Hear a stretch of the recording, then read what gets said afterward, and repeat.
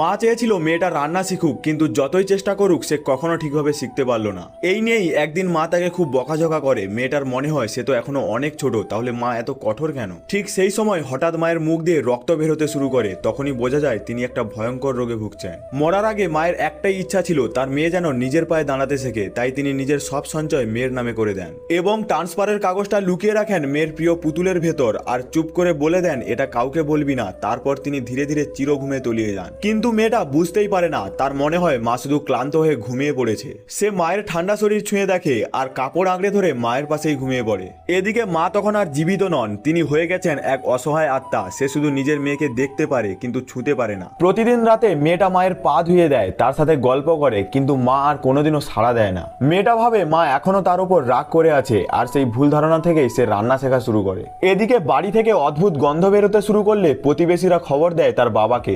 দরজা খুলতেই বাবা ভয় পেয়ে স্থির হয়ে যায়। সৎমা ঠান্ডা গলায় বলে তোমার মা আর নেই। এই কথাটা শুনে মেয়েটার পুরো দুনিয়া ভেঙে পড়ে। সে বারবার বলতে থাকে না, মা শুধু ঘুমাচ্ছে, কিন্তু কেউ তার কথা শোনে না। পাহারাদার ডেকে মায়ের নিথদেহটা সরিয়ে নেওয়া হয় আর অসহায় মেয়েটা শুধু দাঁড়িয়ে দাঁড়িয়ে কাঁদতে থাকে। বাবা তাকে নিজের বাড়িতে নিয়ে আসে, কিন্তু সেই দিনই তার জীবনে শুরু হয় আর এক দুঃস্বপ্ন। বাবা কাজের জন্য বের হতেই সৎমার আসল চেহারা সামনে আসে। সে হুকুম দেয় যা আমার জন্য চা বানিয়ে আন। মেয়েটা একটু দেরি করতেই সে রাগে ফেটে পড়ে। সবকিছু দেখেও মায়ের আত্মা কিছুই করতে পারে না, তার বুকটা যেন ভেঙে টুকরো হয়ে যায়। এখন মেয়েটার ওপর চাপিয়ে দেওয়া হয় পুরো বাড়ির কাজ। একটুখানি ভুল হলেই তাকে খেতে দেওয়া হয় না। ক্ষুধায় তৃষ্ণায় কাতর হয়ে সে রাতে খালি পায়ে রাস্তায় বেরিয়ে পড়ে। মানুষের কাছে খাবার চায়, কিন্তু কেউ তার দিকে ফিরেও তাকায় না। ঠিক তখনই এক ক্লান্ত ড্রাইভার তাকে দেখতে না পেরে গাড়ি চালিয়ে দেয় তার দিকেই, আর সেই মুহূর্তে মায়ের আত্মা ছুটে এসে তাকে জড়িয়ে ধরে। পরের মুহূর্তেই সবকিছু বদলে যায়। মা নিজেকে খুঁজে পায় এক রহস্যময় জগতে। সেখানে এক বৃদ্ধ আত্মা তাকে বলে তোর মেয়ের ভালোবাসা আর কষ্টের টানেই তুই আবার ফিরে যেতে পারিস।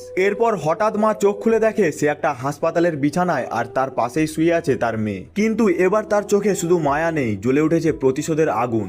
নেক্সট পার্ট খুব তাড়াতাড়ি আসছে। দেখার জন্য ভিডিওটাকে শেয়ার করে কমেন্টে পার্ট 2 লিখতে ভুলো না।